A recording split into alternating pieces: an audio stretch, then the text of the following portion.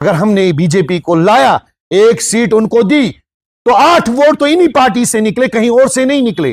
तो इनके लिए कुरान फरमाता है फिर दरकिल अस्फल मिनन नार, ये नारे जहन्नम में अपनी जगह ढूंढे। इमोशंस के साथ खेला गया और फिर एक वोट पड़ा, वन साइडेड वोट पड़ा।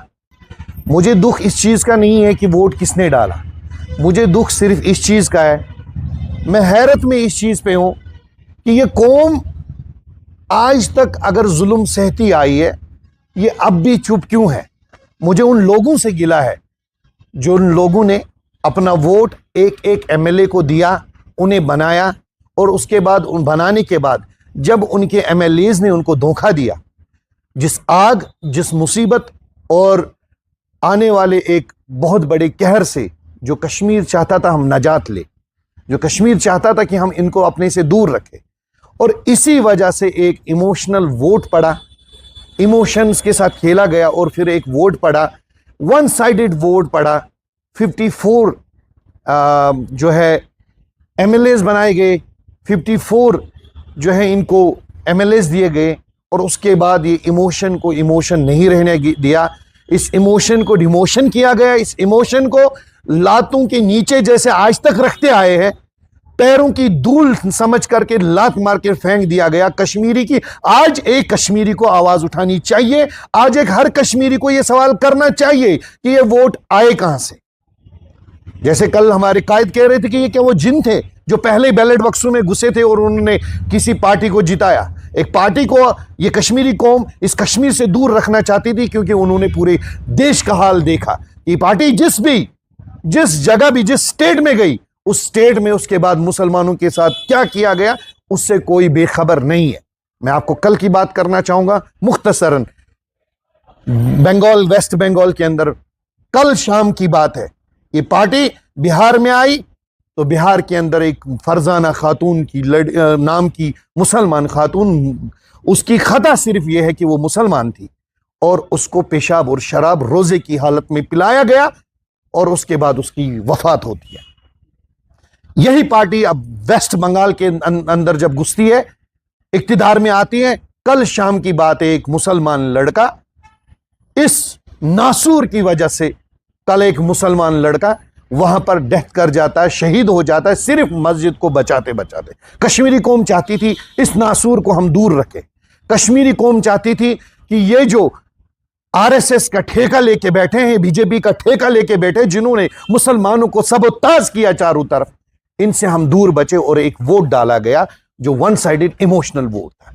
लेकिन जिन लोगों को वोट डाला गया, वो लोगों के इमोशंस के साथ खेलते हुए, लोगों के जो जज्बात थे उनके साथ खेलते हुए, लोगों के जज्बातों का कदर ना करते हुए, उन्होंने उसी गोद में बैठे जिस मुसीबत से यह कौम बचना चाहती थी। और इन्होंने वोट सिर्फ इसलिए लिया कि हम कश्मीर को इन मसाइब से दूर रखेंगे, ऐसी पार्टी से दूर रखेंगे। ना इन्होंने अपना मैनिफेस्टो पूरा किया और ना ही इन्होंने अभी तक इक्तिदार में आने के बाद कश्मीरियों के इमोशंस को समझा। अब जब वोट की बारी आई तो ये कश्मीरी का वोट इन्होंने उन्हीं पार्टीज को दिया जिन नासूर से ये कश्मीरी बचना चाहता था।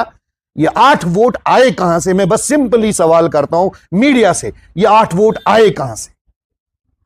पीडीपी के पास 3 एमएलए थे और बाकी नेशनल कॉन्फ्रेंस के पास थे। अगर किसी पार्टी के हमने राज्यसभा मेंबर को चुना, अगर हमने बीजेपी को लाया, एक सीट उनको दी, तो 8 वोट तो इन्हीं पार्टी से निकले, कहीं और से नहीं निकले। एक पार्टी का स्पोक्स पर्सन कहता है, कुरान की कसम खा के कहता हूं, हमारी तरफ से नहीं गया।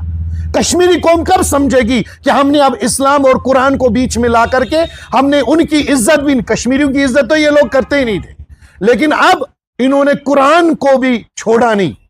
एक पार्टी का स्पोक्स पर्सन कहता है कुरान की कसम खा के हमने वोट नहीं डाला, और दूसरी पार्टी का स्पोक्स पर्सन कहता है, दूसरी पार्टी का मेंबर कहता है कुरान के नजदीक हमने वोट नहीं डाला। ना उसने वोट डाला ना इसने वोट डाला, तो वोट आया कहां से? क्या ऐसा तो कोई प्रावधान नहीं है कि किसी दूसरी स्टेट का एमएलए आकर के वोट डाले तो इन्हीं पार्टीज ने, लेकिन धोखा दिया कौम को। और जो कुरान की कसम खा रहा है वो कुरान के कितने नजदीक है, उसे कुरान की कितनी नॉलेज है, उस बारे में मैंने पता कराया तो वो कुरान से कोसों दूर है।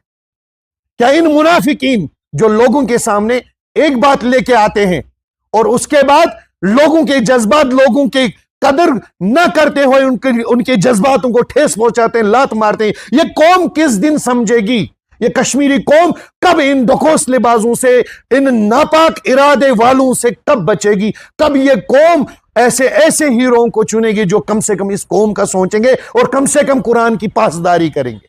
हमें कश्मीरियों को, शायद हम कुरान से बहुत दूर हो चुके हैं, शायद हमने कुरान पाक को अलमारियों में सजाने के लिए रखा है, शायद हम कुरान की तरबियत पे नहीं चले। ये लोग तो कभी चलेंगे नहीं, इन्हें तो शराब की दुकानें बढ़ानी है, इन्हें तो ड्रग्स बढ़ाना है, इन्हें तो इसी पे चलना है और एक दूसरे को, एक इक्तिदार में आएगा और दूसरे को गलत कहेगा, दूसरा इक्तिदार में आएगा तो तीसरे को गलत कहेगा। लेकिन हम कश्मीरी कुरान पढ़ने वाले थे, हमें फिर से कुरान की तरफ रजू करना चाहिए और ऐसे बदकिरदार और बदजहन लोगों से दूर रहना चाहिए और ऐसी बदकिरदार पार्टियों से दूर रहना चाहिए जो लोगों को एक इमोशन से लाते हैं और उसके बाद उनके साथ ऐसा सबोताज करते हैं जिसकी कल्पना तक कश्मीरी ने नहीं की थी। कुरान फरमाता, इन सूरत निसा आयत नंबर 144 में कुरान फरमाता, इन्नल मुनाफिकीन फी दरकिल अस्फली मिनन नार वलन तजिद लहुम नसीरा।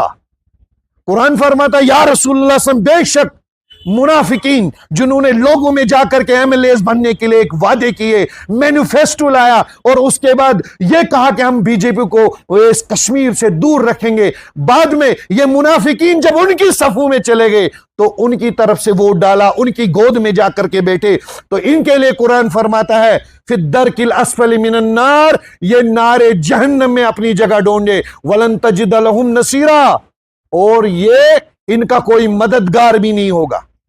ये झूठ बोलने वाले मक्कार है। आप सल्लल्लाहु ताला अलैहि वसल्लम के पास एक सहाबी आए और अर्ज किया, या रसूलल्लाह, बुखारी शरीफ की हदीस है, या रसूलल्लाह सल्लल्लाहु ताला अलैहि वसल्लम, मुख्तसर अर्ज करूंगा, मैं बुराइयां छोड़ना चाहता हूं एक, मगर मेरे अंदर 100 बुराइयां हैं। मैं शराब भी पीता हूं, मैं जिना भी करता हूं, मैं बदकारी भी करता हूं। ये एक सहाबी, एक न्यू मुस्लिम कह रहा था।